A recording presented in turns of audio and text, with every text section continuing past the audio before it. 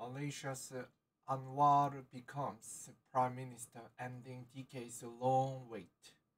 Anwar Ibrahim greets supporters on November 5, 2022 in Perak, Malaysia. Malaysia's Anwar Ibrahim was sworn in as Prime Minister on Thursday, capping a three-decade political journey from a protege of veteran leader Mahathir Mohamad to protest leader, a prisoner convicted of sodomy, and the opposition leader. His appointment ends 5 days of unprecedented post-election crisis, but could assure in a new instability with his rival, former Prime Minister Muhyiddin Yassin, challenging him to prove his majority in parliament. Both men failed to win a majority in the Saturday election, but the constitutional monarch, King Sultan Abdullah, appointed Anwar after speaking to several lawmakers. Anwar takes over at a challenging time. The economy is slowing and the country is divided after a tight election that pitted Anwar's progressive coalition against Muhyiddin's mostly conservative ethnic Malay Muslim alliance. Market surges upon the end of the political deadlock.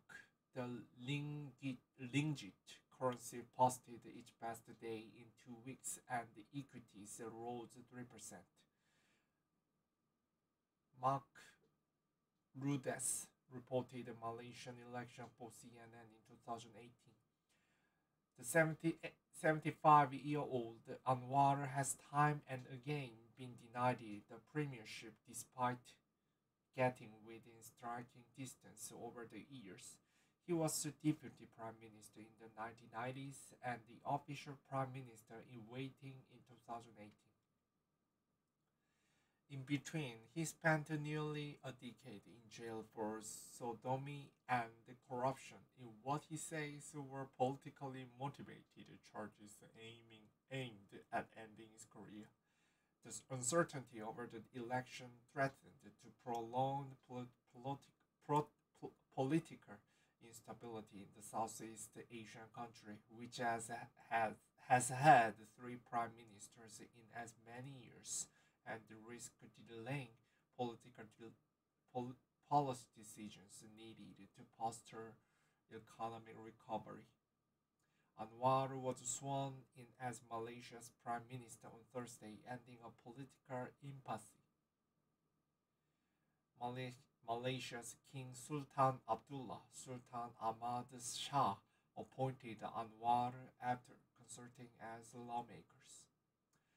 Anwar's supporters expressed hope that his government would head up a return to historic tension between the ethnic Malay Muslim majority and the ethnic Chinese and Indian minorities. All we want is moderation for Malaysia, and Anwar represents that, said the communications manager in Kuala Lumpur, who asked to be identified by her surname, Tang. We can't have a country that is divided by race and religion, as that will set us back another 10 years. Anwar told Reuters in an interview before the election that he would seek to emphasize the governance and anti-corruption and rid his country of racism and religious bigotry if appointed a premier. His coalition, known as Pakatan Harapan, won the most seats in Saturday's vote with 82, while Muhyiddin's Parikatan Nasional bloc won 73. They needed 112, a simple minority, to form a government. The long-ruling Barisan bloc won only 30 seats, the worst electoral performance for the coalition that had dominated politics since independence in 1957. Barisan said on Thursday it would not support a government led by Muhyiddin, though it did not make any reference to Anwar. Muhyiddin, after Anwar's appointment, asked Anwar to prove his majority in parliament. Police step up security. Anwar has the task of stating soaring inflation after the coronavirus pandemic and curbing ethnic tensions. Muhyiddin's bloc includes the Islamist party PAS, whose electoral gains raised concern among members of the ethnic Chinese and the ethnic Indian communities, most of whom follow other faiths. Authorities warned after the weekend both of a rise in ethnic tension on social media and the short video platform TikTok said it was the high alert for content that violated each guidelines. Social media users reported numerous TikTok posts since the election that mentioned a riot in the capital, Kuala Lumpur, on May 13, 1969, in which about 200 people were killed days after opposition parties supported by ethnic Chinese voters made inroads in an election.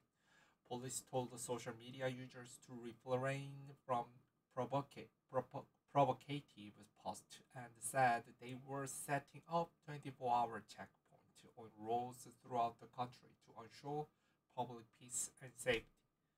The decision on the prime minister came down to King Al-Sultan Abdullah Sultan Ahmad Shah after both Anwar and Muhyiddin missed his Tuesday afternoon deadline to put together a ruling alliance. The constitutional monarchy plays a largely ceremonial role, but can appoint a premier he believes they will command a majority in parliament. Malaysia has a unique constitutional monarchy in which kings are chosen in turn from the royal families of 9 states to reign for a 5-year term. As premier, Anwar will have to address soaring inflation and slowing growth as the economy recovers from the coronavirus pandemic while calming ethnic tensions. The most immediate issue will be the budget for next year, which was tabled before the election was called but has yet to be passed. Anwar will also have to negotiate an agreement with the lawmakers from other blocs to ensure he can retain a majority of support in parliament. Anwar is appointed at a critical juncture in Malaysian history, where politics is most fractured, recovering from the depressed economy and the bitter COVID memory, said James Che, visiting fellow at ISEAS Yusof Ishak Institute in Singapore, always regarded as the man who could unite all warring factions. It is fitting that Anwar emerged during a divisive time.